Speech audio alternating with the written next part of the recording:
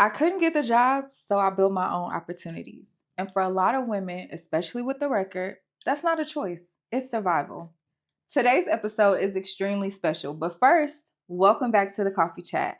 Today, our guest is Miss Tamanisha. She is the founder of HerGov Summit, as well as a GovCon strategist. She focuses on government contracts, certifications, and scaling your business. Before we hop into your story, let's get a little bit grounded in your expertise. Welcome to the Coffee Chat, Ms. Oh, Tamanisha. well, thank you for having me. Yes, I'm very excited to have this conversation with you, right? Mm-hmm. And I know that you are someone who helps women secure contracts, right, in government funding, as well as get them certified. So, what certifications do you actually unlock for your There are so many. Okay, so they have certifications on a federal level, on a city level, and a state level, right? So those are different tiers where you can get your certifications. But you can certify your business as minority owned, woman owned, if you're a veteran, veteran owned. nice. So those are the number of certifications you can get.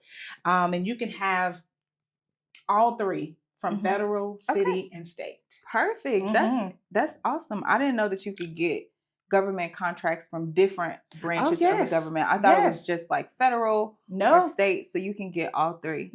Okay. Yeah. See, we're about to get into so much today. I just wanted to, just put it on the floor real quick so y'all know that it's real. But let's rewind, right? What did life look like before you started your business, before you started to empower the community? So before I got into entrepreneurship, I was a single mom of 3 kids. I was a teenage mom. I worked a job, went to school full time. So how that was balancing, I was a single mom, full-time employee, and a full-time student. I have my degree in accounting, and so that's where I came from, as far as my educational experience. But I'm a little girl from Acres Home. Okay. Oh, you from H-Town. Oh, yeah, girl. I hear about Acres Home all the time. Okay. Yeah. So, coming from Acres Home and being in a certain neighborhood, I grew up single mom household. I was a single mom, teenage mom. And that road did not lead me too well. Okay. So got into some trouble. Okay, let's talk about that. Let's unpack that. No, seriously, because I feel like we always talk about the success, right? We always talk about what's glamorous, what's beautiful, where we are today. But what's really important is like where we came from. Absolutely. And what we went through and how we got here. Yes. So when I was a single mom, I felt like it was no opportunities for me. I felt like, being a statistic and hearing everyone else say, you're a statistic, you come from the hood, you come from a single parent household. I'm from Gary, Indiana, by the way. Okay, so that's the trenches. I'm from you get what I'm saying? And, they expect us to not go any further. And of course, I stepped into that and, did some things for a man. Okay. Okay, y'all. Don't do. Okay. But I got into that world of fast money, quick money, and it put me in a situation to where I had to go to prison. Oh, wow. Yeah. Wow. I had to go to prison for 2 years. For 2 years? Yeah. How was that? Oh gosh. It was so different. I've never experienced anything like that because I wasn't like in and out of jail or anything like that. I was just, focusing on quick money, trying to provide for my kids, my family, So what led you to the choice, right? Because we know like a man was involved, but did you feel stuck? Or did you feel limited? Like, did you feel like because you were from where you were from, you had a couple kiddos that you were trying to provide for, you were doing everything you could, but did you feel like you hit a ceiling and now it's like, I need to figure out a shortcut? Yeah. And that's where it was because I was the oldest of 8 kids. My mom was a single mom. So I felt like it was a lot on me, Oh, you were the oldest. Yeah. That's a load. You know, I was the oldest and I had my own child. Mm-hmm. So I was like, okay, working a regular job was not getting it for me. Like we need to, what I need to do. So just got into some trouble, went down the wrong road, and it was a situation I couldn't get out of. Mm-hmm. So I had to serve my time. What did you learn from that? You know what? I learned that I'm smart because I went to jail for a white collar crime, what they call it. Okay. You know, so not a hood crime, white collar. We like those. So I knew that I was smart, you know, in doing that. So I'm like, I know I can be something more than just going down this road. Okay. So it was hard because I was away from my kids, my family, and my kids were little. They were little, you know. But I learned a lot while I was in there. What I learned is that not only myself, but a lot of women that are in those situations, same thing, you know, no end. But we're very creative. We can do things to make money outside of the criminal activities. Right. So, yeah, that's what I learned. Okay. I knew that I had to do something else. So when you were there, you just decided internally, like, I have to figure something else out when I get out of here. Yes. So when you left from essentially the system, right? Yeah. That's what I'm going to just say. Yeah. You know, you became someone who was a part of the system for a moment in time. Yeah. How did you land on entrepreneurship? Because did you have a felony? Like when you got out? Yes. So I went to jail for a felony. Okay. And I tried to get rid of it off my record. You know, you go through these different avenues. All of those like cookie cutter things that they say, like, oh, you can get it expunged. Yeah. And it wasn't. It wasn't. A lot of stuff was not happening. Okay. So I knew I had to deal with that, and I had to live my life like that. So with that being said, I can only work certain jobs. Because like what? I can only work jobs that would not require a lot of pay. You know, smaller companies, not too much these big corporations. And my degree was, you know, I'm an accounting and I'm a numbers person. So using my experience and knowledge, because of my background, I couldn't get a job like that. Because I can't, they was like, you can't mess with our money. Yeah, you automatically disqualified. It was like, who? No. She know how to move it. Like, we moving it up top. We don't need her down here. Right. You know, because they still in the way. Okay, I ain't going to say that out loud. Yeah, don't get it. But you know, you get it. Yeah. So that's what led me to like, okay, it's something more for me here. So how did you choose entrepreneurship, right? Because a lot of people that would get in that state of things would settle, or they would accept what society says is for them now. When did you decide like entrepreneurship is my only way out from here? That was back in, I'm gonna tell you the year. It was 2007. Okay. 2007. I was working for a company that was a woman-owned company. Okay. And she had government contracts. Okay. It was a manufacturing company, and they made products for the military. So that's how I knew about getting contracts. So I'm like, what can I do to get contracts? So I'm like, what am I good at? That's kind of like, what can I do to get out of this? I was good with numbers. I have my degree in accounting. So I started a tax office. Okay. I started that. So you just want to clarify, right? Because some people know, some people don't know. So if you are a felon, there are no restrictions on you starting a business. No. Most of the restrictions come when you are trying to work for a business. Yes. Okay. Yes. And that's why I knew, because it was limitless what I can do because of my background. I couldn't go any further in my career. I couldn't go to, making six figures So I knew I had to do it for myself. So I started my business. I started a tax office, and I started that in 2009. Okay. In 2009. So you got the seed in 2007. And you worked towards it. And then in 2009 is when you opened your first tax business. Okay. So, and it started from there, and it just took off. It just took off. I was still working and still had my business.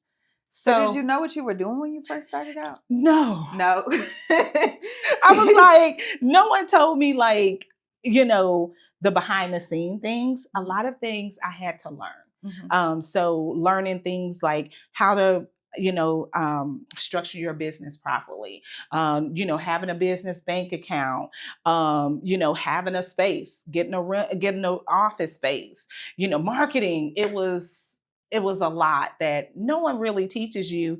I just fell right in. Yeah. Because I knew I wanted to do something. Yeah, you're like, I need some more. I'm good with numbers. Yes. I'm about to do these taxes. Yeah, there you did. And it's going to figure itself out. Okay. And so I was working for a little bit, working for another company. And then I said, I have a tax business. Let's see if I can get some contracts. Yeah. Really? Okay. Yes. Let me tell you, it is contract opportunities for everything. And when people's like everything, like, yes. Everything. Okay. Products and services. Really? Okay. Explain on that. You don't have to expound. I'm like, I don't even know. So question to ask. So when I knew about government contracts, I started doing my research. Now, mind you, this was back in 2009, 10. Not too many people was talking about it. Right. Not too many of us. That's what I was gonna say. A lot of the people that you ran into that were doing it at the time, did they look like you? No, they didn't look like you. Were they women? But they were women. Okay. And so I kind of picked and kind of got questions, but I learned how to get my certifications. I learned how to turn my business into a certified minority and woman-owned business, which is, it's a lot because it's a lot of red tape. It's understanding what the government asks of you. What is, I don't even want to cut you off. No, go ahead. I want us to we're going to walk it back because I want anyone that's watching this to really get the full picture of what this is and the gravity of how they could possibly change their lives and how you could support them in doing that. Yeah. So what is government contracting, right? What's a simple breakdown that you would tell somebody in the third grade? Government contracting is providing goods and services to the government. Okay. Simple as that. Okay. That's it.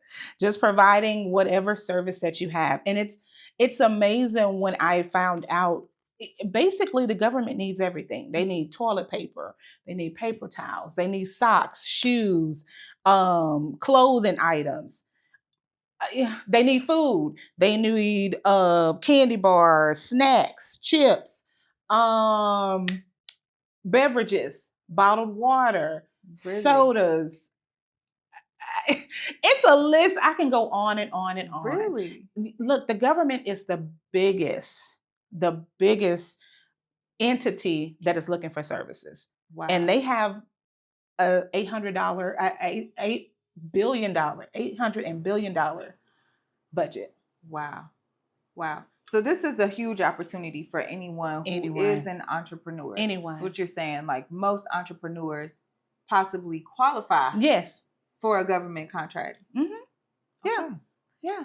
So when you started, you were like, I'm in this industry. I'm just trying to figure out how I can contract with the government. Yes. So what was your first avenue that you tried? So because there was not enough avenues or community, let's just say that, it wasn't a lot of community to where it helps people understand the process, understand how to get your certifications, what you need to do to have your business set to get certifications, and also how to go after contracts, how to bid on them, where to find them. So That's why I built this community, because it was no one talking about it. Mm-hmm. No one was telling people how to do it. And one thing I do know with contracts, you can literally retire off of that money. Really? Yeah. I mean, it's people that have $10 million contracts. But I don't want people to get too discouraged because I say that big number, because they have contract opportunities for $100,000. You know, so is that like a over time thing? Like you are contracted to provide the government whatever your service is over a set amount of time, right? Whatever the contract is, if it's 2 years, 3 years, whatever it is. Why don't most people know about this? Like, why is this kind of like a hidden gem? Because one thing that I'm thinking about, right, as us in this new day and age, we're trying to sell to people, right? We're trying to sell to our peers. We're trying to sell to, you know, the masses and appeal. But if the government got $800 billion that they're trying to spend, why don't nobody know about that? Well, here's the thing. I think people, they talk about it. They say, hey, they do have it out here, but they don't tell people how to structure their business in order to get it. And that's where I come in at, because I tell you, hey, this is how you need to look on paper. You know what I mean? I mean, it's people saying, hey, we got a contract here. We got a contract here. But they're not telling people how to get it, and they're not telling them what you need to do to get it. So you can get the application, but if you don't know how to format your resume in order to get the job, if you don't know how to present yourself in a way, then you won't get the contract. So you miss opportunities. You miss opportunities. Yeah, you miss opportunities, even if you price wrong, even if even if your business is not set up properly. All of those things matter. And so that's where a lot of people miss, because it's the back end stuff of their business that they need to understand what they need to do. Pricing wrong. What? Yeah. Well, I've heard of many people that have lost contracts. Exactly, right? You were like, how you lose a contract? Because they didn't understand the contract. They didn't understand the pricing. So they priced it at significantly low. So when they priced it significantly low, and this entity is expecting you to do this, and you're like, man, I priced it wrong. So now you losing money, and you probably don't have and then you to support it. Yeah, because you're not making enough money on the service or the good. And you didn't understand the process. You didn't understand what was in front of you. And so that's where I come in, because I help you understand these proposals, because the government has a different language than us. Oh, for sure. I could imagine that, and I'm sure it's trick language. It is. It really is. It really is. Because that's what, even just like hearing the things that you are explaining about this, or saying, hey, there's so much, so many different opportunities. And of course, a lot of people don't know about it. I feel like it's because there's a lot of like red tape. It is. It's a lot of. It's not easy. Yes. It's not easy at all. Okay. But I feel like if you stay in it, stay the course, it will change you. Can anybody do this? Anybody. Anyone. Okay. You can have a record and you can have bad credit. I think somebody asked me that. It was like, we need to know that. They was like, well, my credit ain't too good. I'm like, you ain't gotta have good credit. Really? Okay. Yeah. Who should not be trying this? That's a good question too. Who shouldn't be trying this? Someone that is not serious about their business. Okay. Someone that that feels like this is a get rich quick scheme, and it's not. This is, contracting is for the long haul. You know what I mean? And it's like, and for us, and when I say us as minorities, as Black people, it's a lot of people that don't want to see us there. So it can be discouraging when people say, hey, you filled out your application for your certification, but this is wrong and this is wrong, or you need this. Some people just don't even go back because it's discouraging. But I mean, I've had that happen many a times. And what I said, I'm going to do this and I'm going to keep reapplying. And I got my first contract in 2018. That lets you know how long I've been trying. What? Because it was 2009 to 2018. Right. Wow. Because I was like, it was discouraging. It was like someone was saying, hey, it's not good enough. You need this, this, and this. And I'm like, oh, let me go back to work. You're like, okay, I'm not focusing. You didn't have it as like a primary focus because you kept getting rejected from that. So it was like, but you continue to try. Yes. And then I got my first certifications and I was like, man, I'm there. Because having a certification from the city is actually saying that you are qualified to do what you do in your business. So how do you get the certification? You go through the city of Houston.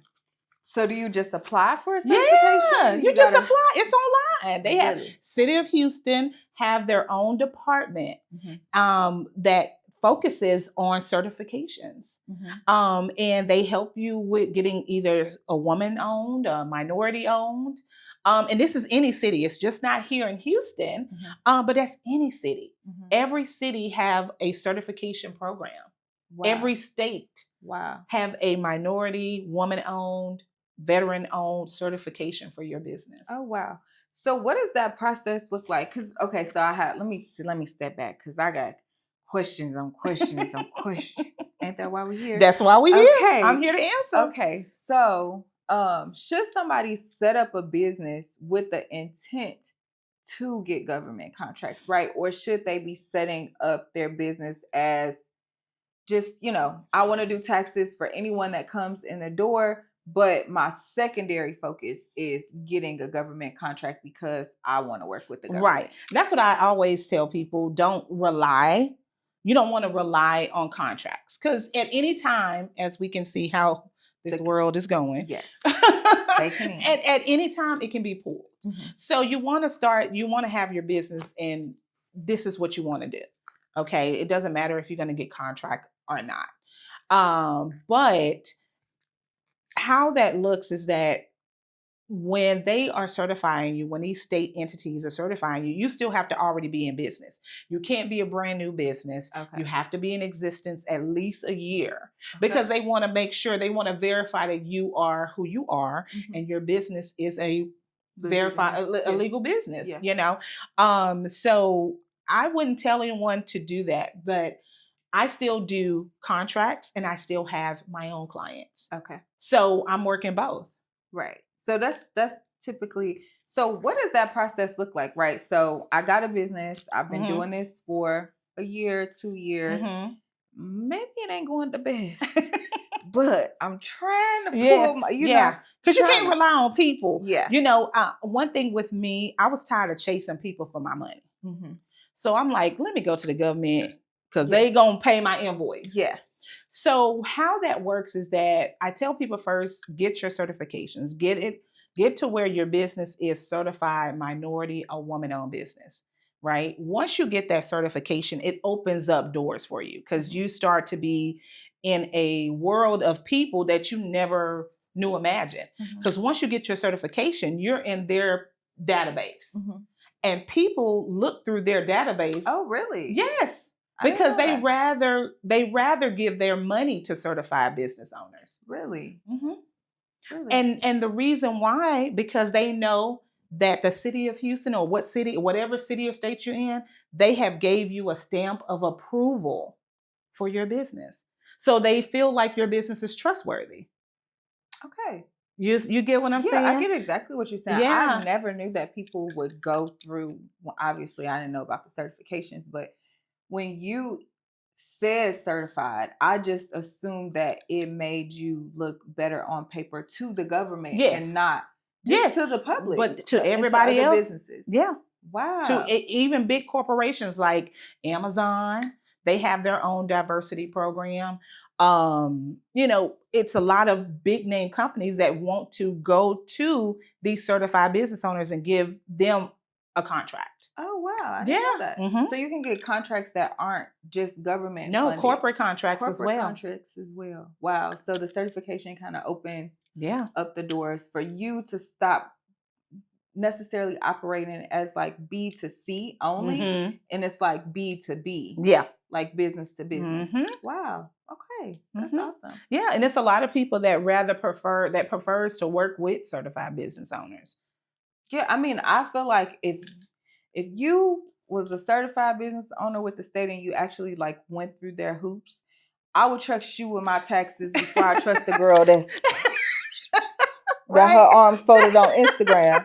No shade to the text people. Right. You get what I'm saying? But yeah, I definitely feel like that is it puts you on a different level once you get your certifications. Because when I got as soon as I got certified and I was in their system, I was getting emails. Really? I was getting emails from people that was like, hey, we have this contract. We want to see how much you were, can you price this out for us? Because they want to come directly to a certified business owner. Wow. Okay. Yeah. So we start in with having our business for a year. Then we go into getting certified. Right. You go through the process. Now they do ask you for a lot of things that you should already have in your business. Tax time, ladies. Listen. This is what you should already have. Okay. You should already have your business structured properly. You should already have a business bank account. You have to have an office space. Okay. You can't have a virtual office. This is where it's time for you to invest in yourself and in your business. You have to have a office space. They want you to do that. They want you to have your taxes done, your business and your personal. Your taxes. That makes sense. I mean, I don't want to do my real taxes. We're going to talk about that after this. But yeah, they want to make sure that you are a verifiable business. They also want to see your contacts, your vendor list. They want to see who the people, your client list. Okay. And they actually call them. Really? Mm-hmm. Wow. And this is a part of the certification. Okay. And so depending on where you're at, what state you're in, it does take them about, maybe 4 to 6 months because there's so many people that's trying to apply. Okay. Yeah. So, but you're going to have some roadblocks. They might say, hey, you need this. I need this from you, depending on whatever they find, because they do. So it's like when you're buying a house. You ever bought a house? Yeah. You know what I'm saying? Like you buy, they say, hey, underwriting. We need this. I'm like, yo, didn't y'all just? I gave it to you 5 times. Yeah. And I got to give it again. Mm-hmm. Okay. But it's just you really going through that verification process. And that's why you are legitimate after you're certified, because they actually vet your business. They do. Yeah. And they check you, because I think when I went through the process, I was a partner with someone else, with a friend of mine's. And they saw that. They say, hey, we see this other company that your name is tied to. I'm like, oh. I said, no, this and that. And they're just like, okay, well, just write us a letter and just tell us what it is and go on. But, they do their checks. They do their due diligence. Yeah. Okay, so have the business, get certified. What's our next step? Once you certified, this is where the money comes. This is where. So then now that you're certified, you're in their database. When you're in their database, whatever your business is, say that you say, my business is a construction company, right? So you're going to start to get emails from opportunities to bid on projects. Oh, wow. Wow. In your area. And that's why I tell people these are the steps. When you miss a step, you miss an opportunity. Mm-hmm. So once you get certified in their database, the proposals sometimes come to you. The contracts come to you. Now, when they come to you, you got to know how to read it. You got to know how to price it. You got to know, can you take on this type of project as well? Mm-hmm. Because that's one thing too. They have a lot of people, what I was telling you about the other young lady, mm-hmm. we have to know that we can take on these projects. Mm-hmm. We got to make sure we have the money, the resources. because you can go after a $500,000 contract, but do you have the manpower? And that's what I teach you as well. Mm-hmm. Like, can you do this? Can you fulfill this project? Right. Is this too big? Is this like a future thing that we should aspire to, or is this something we should go after right now? Exactly. Yeah. Okay. All right. So I'm just keeping our steps in line. We got our business, we got our certification. Now we're getting bids, or we're getting requests for proposals. Yes. For bids. Yes. And then we're bringing you in so that you can advise us on whether or not we should take the project and how we should structure. I'm at every step. Okay. I'm at every level. I can help you at every level. Okay. Whether you're starting your business and you're like, hey, look, I really want to get into contracting. What should I do? I could take you there. I have clients that's already certified that's came to me and it's like, look, I've already certified, but a lot of people just don't know where to go to find these contracts and how to bid on them. So I can help you in that part. So it doesn't matter wherever your business is at, you can get the help from us. You can get the support. Okay. So once you start to get what's the next step after you send in your proposal? Like, what is how that works is that when you send in their proposals, they do have a grading, like a sliding scale. They grade you. One thing that they do want you to have is a certification. Now, just because you don't have a certification does not mean that you can't bid on this project. But having a certification just makes it more, you look more favorable, So once you turn in a proposal, it takes them maybe about a month to look at all of the proposals. And this is how it goes. If you don't get it, they'll email you. They'll say, hey, look, we've already made our decision. This is who we're going to go with. How long does that process typically take? When they reach out to you after they close the project, maybe about 1 to 2 months. Okay.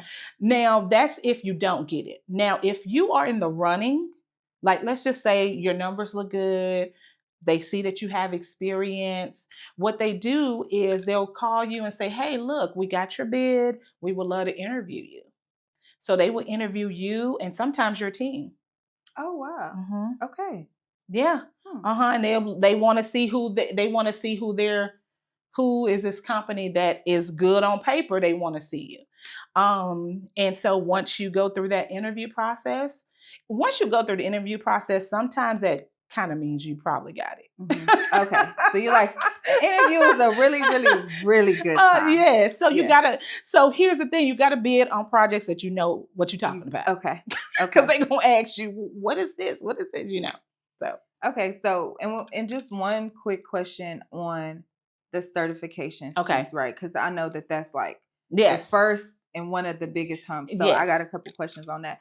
Like, are people ever too early to get certified? Like, are they ever trying to get certified too early, or like what disqualifies people in the certification process? Well, what they do is when they certify you, the only thing is if you don't have what they require of you, if you don't have your taxes, if you don't have your business structure right.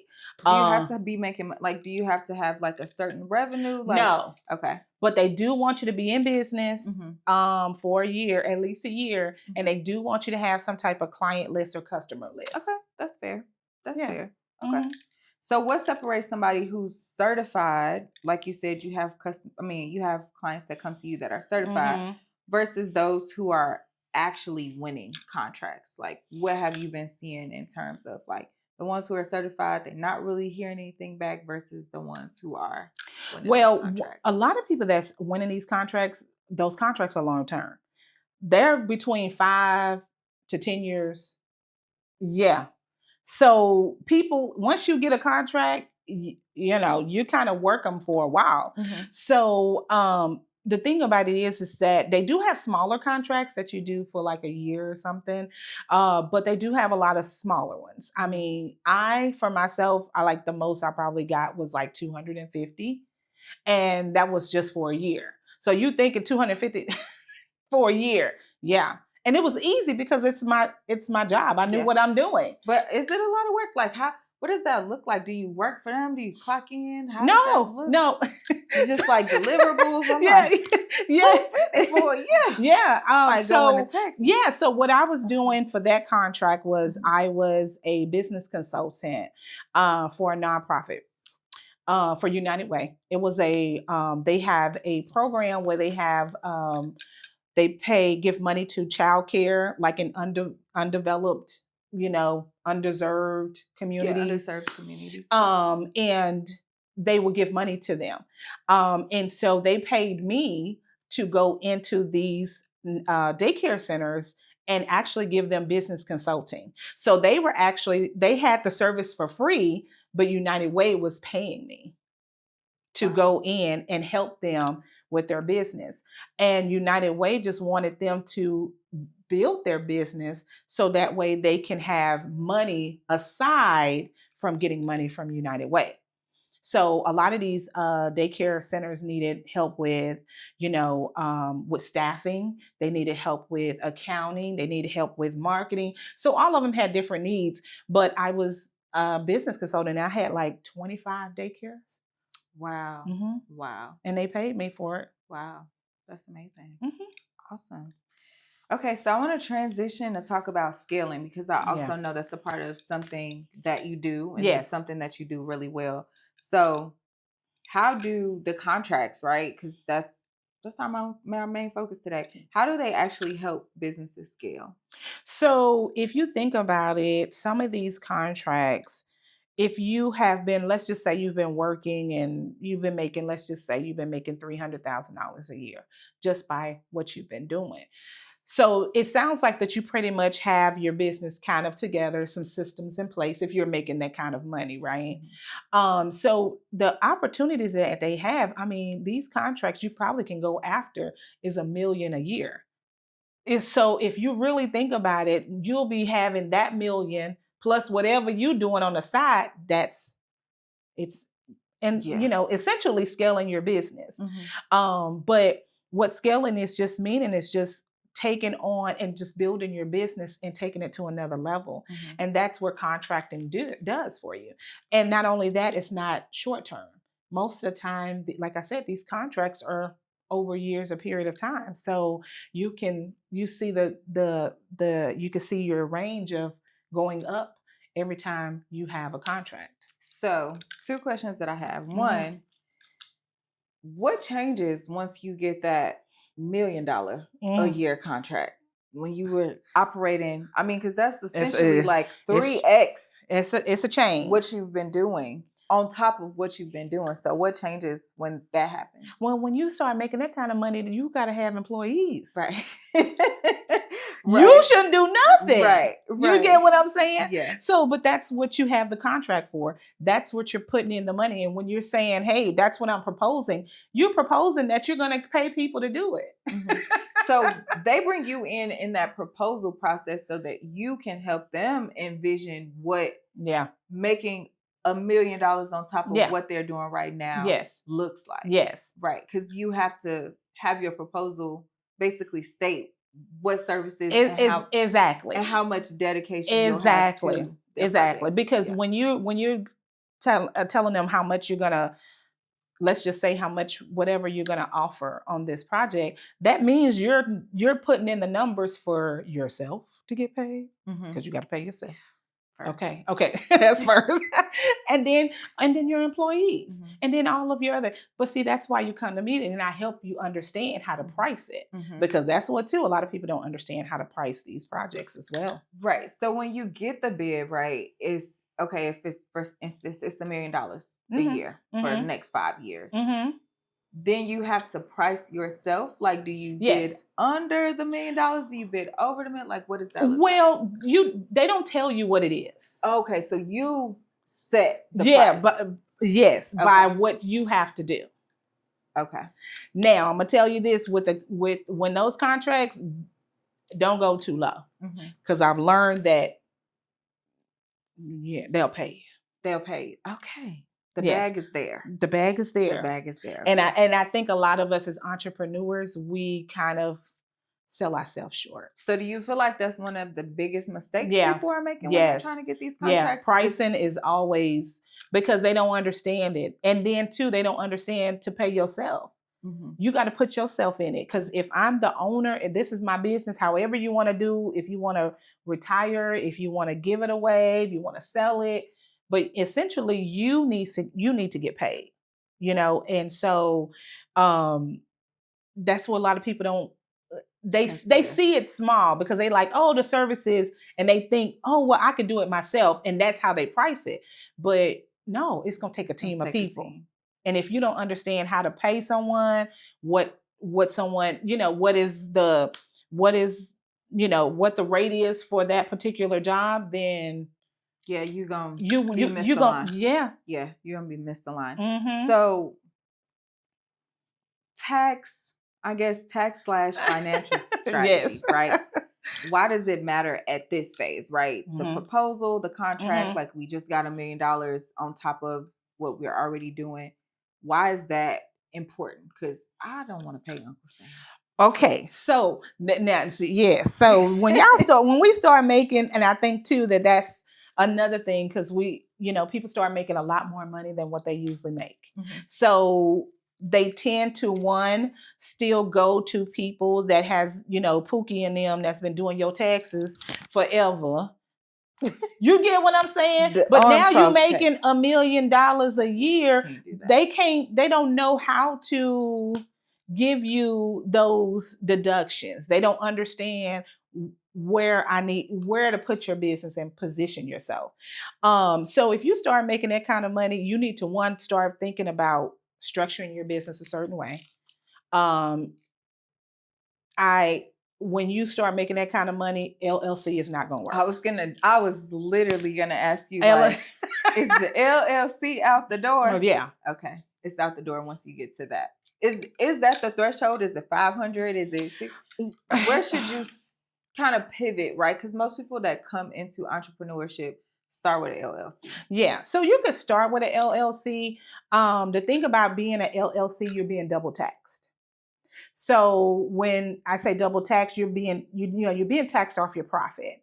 So whatever you made. So it's good for you to start off with an LLC because you're probably not making that much money. You got in a loss, so it really doesn't matter. But when you start profiting, then you're paying 2 taxes on a profit, and you're paying almost 27 to 30% on profit for an LLC. But if you do it as an S corp, it's still showing that you are making the money because the profit is coming to you, but you're only paying 1 tax, an income tax. And usually it's between 12 to 13%. So that's a huge difference than an LLC. Okay. Yeah. All right. So once you get to a certain place, y'all need to start going to people that knows how to deal with finances in that way. But if you're not trying to pay no tax, you just have to figure out what I need to do. You could start putting money in a retirement account. You could start doing, you could start putting it in certain life insurances. Do you support people in those decisions as well? Yes. Right? Because I've been reading this book, half reading, but it's called How to Get Good with Money. Yes. And she was someone who also got laid off. She started to go into entrepreneurship, and she talked about, like, okay, I was a teacher before. And when I was a teacher, I had healthcare, I had 401k, I had all these things. When I became an entrepreneur, all of it went away. Yeah. And now I got $200,000 in a bank account, but I don't have a life insurance policy. I don't have a 401k. I don't have insurance, and investments and things like that. And that's when you start to take your money and start investing into those type of things. So even though I started with a tax office, I started doing taxes. You sound like you didn't went into a different lane. I did. Yeah. I still am. I'm still in accounting because we still do taxes, but we help with entrepreneurs, business owners. So we still do tax preparation. We do small business accounting. We do bookkeeping. We do tax planning, and we do financial planning because we have a wealth planner in our office. Oh, wow. So we kind of go hand in hand. We help you on the finance side. When you start making so much money, we could tell you what you need to do with this money. Okay. So that way you don't have to pay so much taxes. We tell you a certain routes to make when you start making that kind of money. That's amazing. Because I feel like a lot of people, well, I know just even in the COVID era, a lot of millionaires were born, and it's like you go from regular income and choices to a surplus of money. And that's why people are blowing it. Yeah, I was going to say liquid goes fast. It does. Right? Or a lot of people start to reinvest in new businesses before they actually, you know, structure themselves financially in a way that's sustainable. Right. Because they try to figure out how to make more money. How to make more money, but also how to not pay that much in taxes. So we have to figure out how to structure that when we start making so much money, because, you know, you want to save it. You want to be able to retire on it. You want to be able to let it grow. So it's finding ways of getting rid of that money so you don't have to pay that much taxes, but it also is an investment in yourself. Okay. I like that. Yeah, that's amazing. So it's like you guys have like wraparound services. Yes. Wraparound services. So I want to talk HerGov Summit. Yes. All right. That's your baby, right? So I'm going to let you just go. Like, right, tell us what it is. Who is it for? Yes. So HerGov Summit is for women entrepreneurs that are trying to get into the government contracting space. And these are for no matter where you at in your business. This is our second year for HerGov Summit. It's going to be bigger and better this year. And we always give out business grants.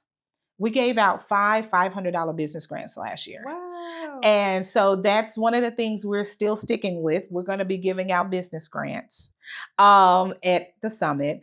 But it's a community of women. I created HerGov so women can know how to scale their business, and that government contracting isn't scary, because I think that that's what they hear and that's what they see. Sure. But having a community to help them with that, because I didn't have any, it's no community like that. So I said, let me go ahead and do something for the people. All right. So what are we going to walk away with? Because I'm going to be there.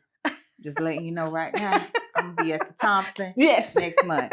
So what are people walking away with, right? Like, who is your audience? Yeah. Who do you want to come, and what are they leaving with after? So let me tell you, if you are a entrepreneur, even if you're thinking about starting a business, even if you're in business, this is going to be the summit for you. It's going to be a collection of women that you can network with. I have had people had partnerships and collaborations come out of being in a room with like-minded women. But also we will have Cynthia Horde. She is the director of the OBO department at the city of Houston. So this is a decision maker. Okay. That's going to be in there. That's going to be telling us what we need to do with our business, how we can get to the certification process. So having her to an actual direct person to actually tell you what you need to do, that is going to be amazing. So they're going to be coming away with some great knowledge on how to get into that contracting space. And I know you said you were giving out grants, right? But why is that important for somebody who's coming or might not have a business, or they're early in their business? Well, let me tell you something. Money is always needed, okay? In your business, money is always needed. But I always tell people, use other people's money. You know, because what we have been learned and conditioned to think is that a lot of us have been pulling out our 401ks. We still work our jobs, which stay at your job. Please, if you're there. But we need to start learning how to build our business credit, start building our personal credit. Let's start looking for other opportunities for money instead of it coming from our own pockets. So that's why I love giving out money for grants, because, you know, it's just amazing what that money can do to a business owner. Absolutely. I think you can buy different tools, you can invest in different things. Yeah, it's definitely something that you don't have to pay back. Yes. And in this world, it ain't too much that don't come with a cost. So I know that will be a big help to an entrepreneur that's going to get that. Absolutely. So I am actually like really excited about it. When you told me it was at the Thompson. Yes. If you live in Houston, you know the Thompson is okay. The Thompson is key. Yes. So I'm super excited, and I feel like it's just gonna be beautiful. Yes. And we're gonna have a VIP lounge. So if y'all, we have our tickets. It's HerGovSummit.com. Y'all can get your tickets. We have general admission and we have VIP. I would suggest VIP if the girls that get it. The girls that get it. So, but it's going to be a wonderful experience. We also going to have another panel of women entrepreneurs that's just going to tell us about their journey and how they got to their certification. Okay, so government contract entrepreneurs that are women will be there. Yeah, they already certified and they already have contracts. Oh, wow. So they can be able to tell the audience, what it was like for them. So they can just hear it from other different women. Yes. Awesome. Mm-hmm. That sounds amazing. I'm super excited. I'm excited too. It's going to be a beautiful time. Yes. Yeah. I'm excited for that. All right. So we are kind of wrapping up here. Okay. Oh, this was fun. Okay. So I got some rapid fire questions for you. So just straight off the dome, whatever comes to mind first. Got it. All right. Money or freedom? Freedom. Contracts or clients? Contracts. Certifications or revenue first? Certifications. Scale fast or build right? Build right. Knowledge or execution? Oh, that's a good one. I would say execution. I was going to say execution too. Yeah. Yes. Okay. Last and final question. One thing every business needs to win contracts. Every business needs. You need to have your business structured, whether you're an LLC or corporation. Okay. All right. I love this. This was amazing. Yes. This is such a great conversation. Yes. I definitely will put all of your links in our description. Thank you so much for coming in, talking about access and strategy. Yes. Where can people find you? So you guys can find me on Instagram, HerGov Lounge.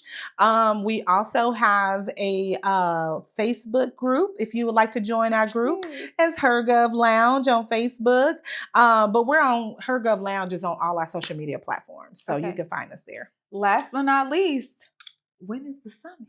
The summit. Oh my God. It's May 22nd, 23rd. May 22nd is our free networking event. So if y'all want to come and just see a little bit of what's going on, but it's going to be at the Thompson as well. We're going to have City of Houston is going to be there. Harris Health. Chase Bank. We have a lot of vendors that's going to be out there that's going to be talking about opportunities that they have already available and funding. So that's a free networking event, but the summit is on the 23rd from 12 to 4. So I hope to see you guys there. Yes, that's amazing. Well, thank you guys. Thank you for being here. Thank you. This has been an amazing episode. Thanks again for tuning in to our episode. And don't forget, we are on the road to 500 subscribers. So make sure you like, comment, share, and make sure you follow Miss Tamanisha in the HerGov Summit. All right. Bye.